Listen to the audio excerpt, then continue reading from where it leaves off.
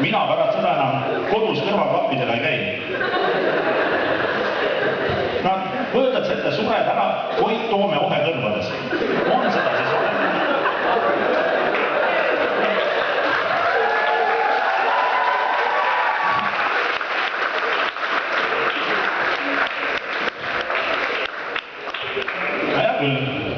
Ütleme, et on ilma kõrvaklappideta, peseb niimoodi. Ja siis äkki kostab keldrist.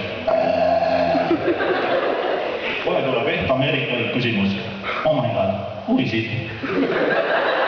Oh my god. Sealt keldrist läheb. Who is it? Honey, it's you? Honey.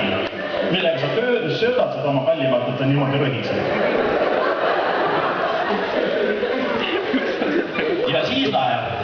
Ja siis läheb keldrisse. Oh my god, what is it? Who is it? Mida sa sinna lähed? Nagu nii seal mitte midagi head siin ei ole.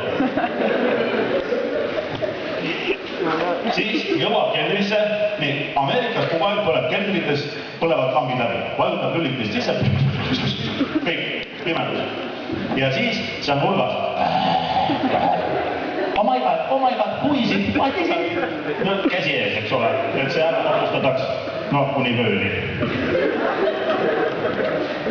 No, võib juhtuda veel selline asi, et esimesena saadakse kätte mees. No, nendega käitutakse tavaliselt niimoodi lihtsamalt. Käed küljest, jalad küljest, soolikad laiali, mees on maas, verd lendab ühele poole, lendab teisele poole ja siis tuleb sinna tema see, ja siis tuleb see ameerikalik küsimus. Honey, are you okay? Kindlasti okei, noh. Mees täiesti kompaktne, käsi pole, jalgu pole, läheb reisile, paneb kohvrisse iga piletit koos.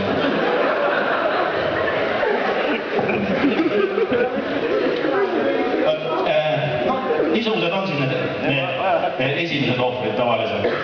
Nii et mina soovitan vaadata tõususfilme. Tegelikult on see väga hea tunne.